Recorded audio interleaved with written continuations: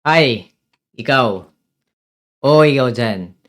Marahil karamihan sa inyo guys, feeling niyo stuck na kayo sa buhay o di kaya naman nagsasawa na kayo sa paulit-ulit lang na routine, 'di ba?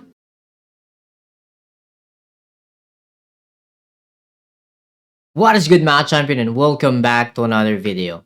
So for today's video guys, let me just touch up on this topic no, which I think lahat sa inyo makaka-relate. Even I myself when I was starting 10, 15 years ago. Naranasan niyo ba noon o di kaya ngayon, yung feeling na sa araw-araw 'no, feeling niyo parang paulit-ulit na lang nangyayari. It's like a routinary activity. Same goes lalo na kung ikaw ay isang empleyado. 'Di ba kayo nagsasawa na minsan parang, okay, you're earning decently, you have a profession, you have what we call as a job, pero dumating din sa point 'di ba, I think nararanasan 'to na lahat, the majority. Yung feeling na gigising ka, maliligo, papasok, trabaho, then uuwi, kinabukasan, gano'n na naman. Paulit-ulit. It's more like a cycle kung saan parang hindi ka na nag-grow. Even though you're earning, let's say, a six figure kung ikaw ay may mataas sa posisyon, but unfortunately, for most people, the majority, hindi naman lahat may ganong sahod, di ba? So some of them are really, living from paycheck to paycheck. Ika nga, sakto lang o di kaya naman, karamihan, kulang pa. Alam natin na yung bills, walang katapusan yan guys. Habang buhay tayo magbabayad ng bills kasi we are ought to pay something like taxes so that we can contribute dun sa ating economy. However, given the situation ngayon sa Pinas, no, maraming napapaisip na worth it pa ba yung ginagawa ko? Worth pa ba yung ginagawa mo? Lalo na kung paulit-ulit lang. Okay? Some people nagkakaroon ng mga promotions, nagkakaroon ng salary increase, bonuses. Pero at the end of the day, 'pag hindi ka pumasok, kakaltasan ka, 'di ba? So, it's more like para tayong nakakulong, para tayong nakatali sa leeg na, we are bound to work for the rest of our lives for what we call as retirement. And then saka lang mag-e-enjoy. Yun yung sad reality. It's like para tayong na pre-program na 'pag pinanganak tayo, alam na yung gagawin. Mag-aaral tayo, kailangan nating, maging magaling as a student o di kaya naman kailangan mapasa mo 'tong mga exams. Again, that's given, the standard of what we call as society. Pero tandaan niyo, pre-program din kasi ang culture natin is ang aim is laging kailangan kong maging magaling sa school para magkaroon ako ng magandang work, okay? Pero tandaan niyo guys, marami akong kilala, marami akong din na-witness, they were really good sa school. Talagang may mga honors, top-notcher, pero pagdating sa work, nasampal sila ng reality na, ah, sometimes hindi lang sa school nakukuha yung may mataas na posisyon, okay? And unfortunately for them, they started really as, basic salary, alright? I'm not saying the minimum, pero at least, hindi yun yung ine-expect nila. Considering na they really worked hard dun sa kanilang mga grades, di ba? So, yun yung sinasabi ko, guys. Sometimes mapapako tayo dun sa tinatawag nating profession, okay? Nothing wrong with that. We all have careers. We all dream of something to become, di ba? Some of you guys gusto maging engineer, seaman, ano pa, maging lawyer, o di kaya naman, kung ano man, everything that will contribute doon sa ating society. Pero tandaan nyo guys, work is work. At the end of the day, someone is better than you. Okay? At the end of the day, you still have to report to someone else. Diba? So, dyan papasok yung unusual side. Okay? Yung, kumbaga, hindi usual route na pinatutungan ng lahat. Okay? So, by profession, I was an engineer. Pero, I kind of, 'di ba, parang na-divert ako to something na mas mag-go-grow ako, okay? And that is kasama doon yung personal development. So dito ko nga natutunan yung trading, okay? The reason sine-share ko 'to guys is I want you guys to explore something na hindi mo pa alam, okay? O kaya naman 'di ba, minsan ba natanong mo sa sarili mo, when was the last time you did something for the first time, 'di ba? Sometimes, ang thinking kasi natin ayaw na nating umalis sa comfort zone, okay? Karamihan lalo na yung may mga corporate jobs, okay? Sa profession niyo, masyado na kayong complacent na, "Ito na yung gagawin ko for the rest of my 40 years of my life, ako hanggang sa mag-retire ka." Again, nothing wrong with that. 'Di ba, hindi ba parang, alam mo na yung mangyari hanggang sa mag-retire ka, 'di ba? So, goal ko is for you guys to think outside the box and explore something. May it be a hobby, a profession, okay? And ang pinupunto ko dito, marami kasing nag inquire sa akin ngayon, right? And we did share some personal experiences, okay? Yung mga nag inquire sa akin guys, I did recommended na mag-video call kami. And sometimes, nakakuwento nila bakit sila interesadong mag-aral ng trading o di kaya naman matuto or someone na magga-guide sa kanila. Okay, tandaan niyo guys, there are vast majority ng resources lalo na sa internet era ngayon, 'di ba? So, lahat makukuha mo in terms of a click, 'di ba? So, information, orders, 'di ba?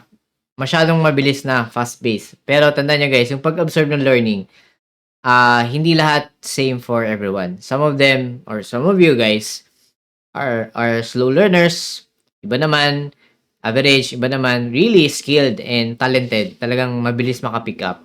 Pero ang point ko dito, imagine niyo guys, may mga naging course sa'kin na they're of the highest position, even director sa isang company, imagine. Pero they felt ano pa, they felt incomplete. Imagine niyo guys, they're earning above average or even, mas mataas pa sa isang managerial level. But still, he felt incomplete.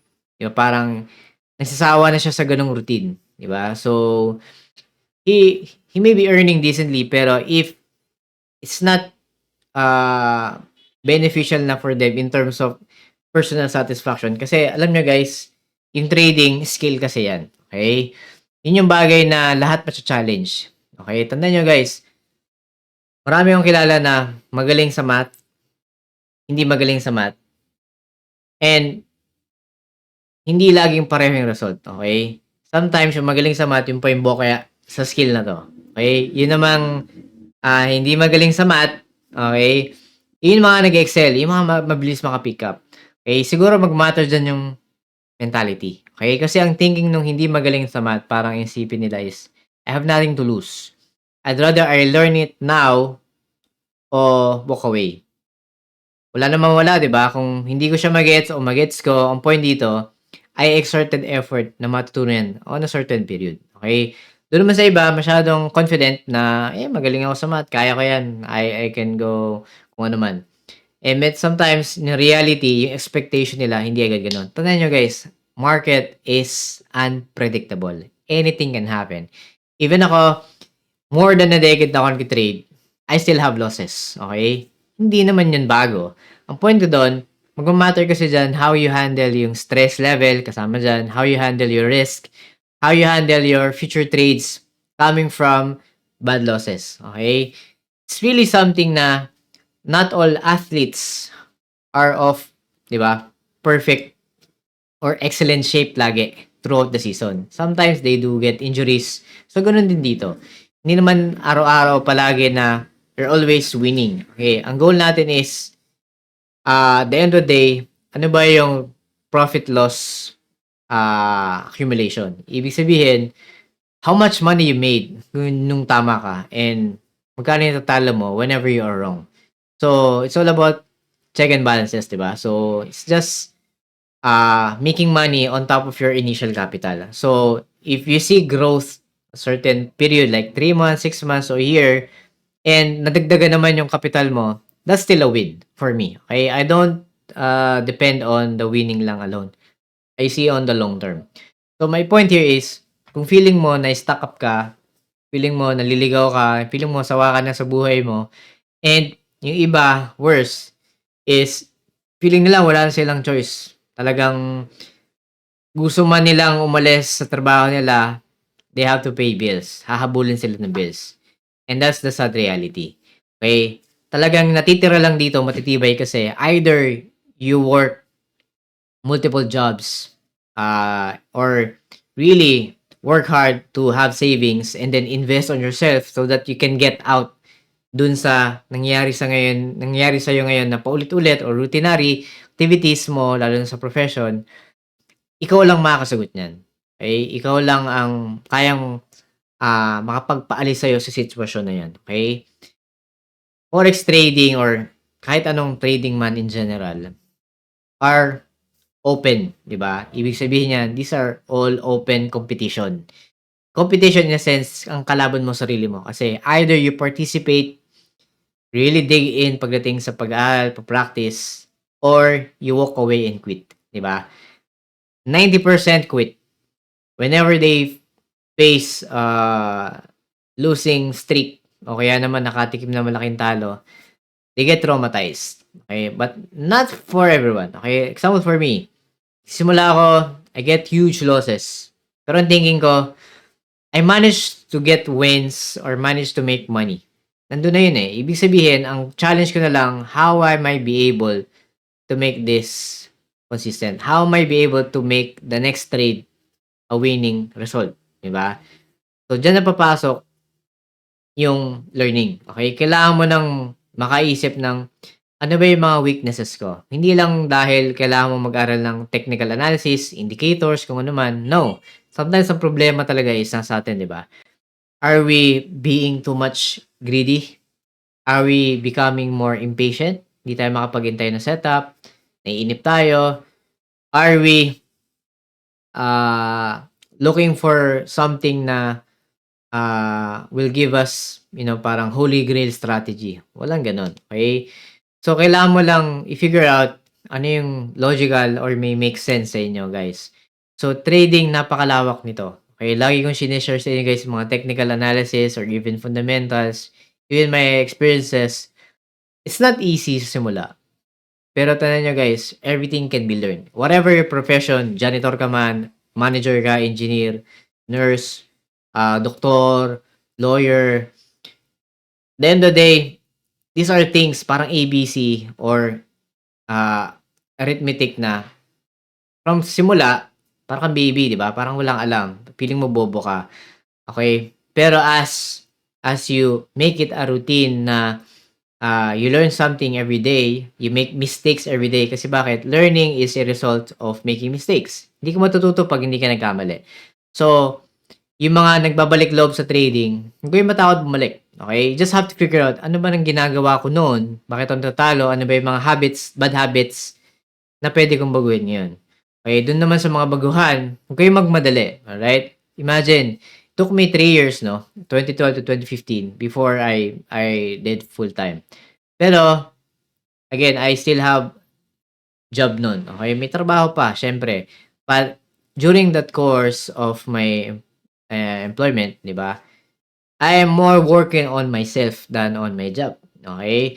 So, ibig sabihin yan, I was trying to build skill more than what I know dun sa pinag-aralan ko in terms of engineering. So, again, if you really want to become more flexible, na hindi tayo nakadepende dun sa management, for example, nasa company ka, nasa management decision kung i-increasean ka o hindi, bibigyan ka ng bonus, hindi tayo magdedepende doon. You're depending on yourself na I have to make this work. Okay? So, mahirap simula, mahirap kung wala kang dedication, mahirap kung hindi mo sisimulan talaga.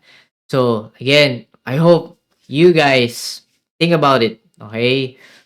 Kung feeling mo na-stuck ka, feeling mo wala nang nangyari sa buhay mo, try something else. Okay?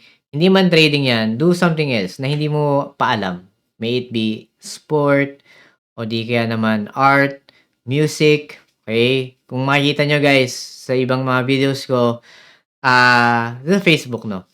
I really have a passion for music, di ba? Nagigitara din ako. Sometimes, I do sport, okay? Hindi lang puro trading. Pero take note, trading is like my bread and butter. Trading is like sustaining yung lifestyle. yung nagbibigay, nagpapasok ng pera aside from the businesses, 'di ba? So, ang pinaka-core talaga is I have to build the skill so that makuha ko yung gusto ko in terms of the lifestyle. I don't have to report to someone else na, "Sir, na-send ko na yung report, paki-review po. Pag may mali, let me know. Sir, pakipirmahan nga 'to." O di kaya naman, "Sir, puwede ba ako mag-leave para makasama ko yung pamilya ko, birthday lang." 'Di ba? You see, para tayong nakatali even though we are dealing with our personal life. Kailangan mo pa magpaalam. So, that's the corporate world, okay? So, again, kung feeling mo stuck up ka sa buhay, learn something new, gumawa ka ng bagay na hindi mo pa nagawa, okay? Do something for the first time and try to be better at it, right? So, this is just a small, a motivation for you guys na uh, don't be confined on a certain box, okay? Not literally, pero ang point doon, do something else, okay? Mahaba ang buhay, the reason na feeling mo maikli o kaya naman age and time is catching up is because, you're worrying about the future kasi eto ka, 'di ba, parang very straightforward yung journey mo. Mag-work ka man, mag-work hanggang retirement and then saka lang mag-enjoy. Rather than, I work, I build the skill, probably I start up a company. The journey is really up and down, pero you have to enjoy it. And at the same time, if you're learning something new every day, for sure guys, it will be fulfilling, okay? Hindi mo mafe-feel na nakakasawa kasi everyday there's something new, okay? Everyday may natutunan kang bago o di ka naman may na-experience kang certain feeling na hindi mo na-experience noon, alright? So, very important 'yan. So, nga pala, if you want to be part of our global TFP VIP Champions community, you may want to check out my offered 3 programs. So, I think this might be able to help you whatever you require on your trading journey. So, for the option 1, this is the TFP VIP Champion 90 Days One-on-One Mentorship Program. So, he's done by Zoom and we're going to meet twice session per week. And this really catered for zero knowledge, beginner, intermediate, up until to advanced. Siyempre, kasama na dyan yung ating main strategy na tinuturo ko lang for VIPs. You won't see that from any of my public videos. So, the TP Champion System. Ang maganda rito, schedule is dependent on your convenience and availability. So, just have to let me know. And, of course, I'll make it work for you. For the option 2, this is the TAP Champion Masterclass Lessons. So, kung may struggle ka naman talaga sa paiba-ibang schedules, difficulty, this is your best option. Okay? Dahil I have managed to prepare 28 masterclass lessons so you can learn at your own pace. Okay? Everything, nandun na lahat. Charting sessions, the main strategy, from beginner up until to advanced.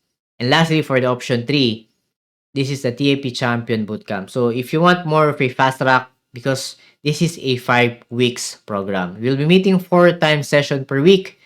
And again, everything will be learned in as much as 5 weeks.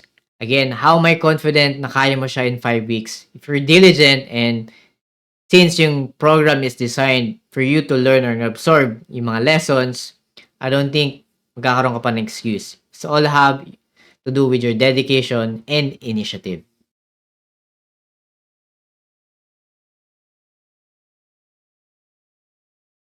So again, thank you so much to all my TP VIP champion students all over the globe, subscribers, followers, and sa lahat po na sumusuporta. God bless. See you all on the next videos. Bye-bye. Alright guys, so I just want to inform and announce that our TFE VIP Champion Student private Discord community is already up. And yeah, here we have several channels wherein we share our technical trading ideas among each other.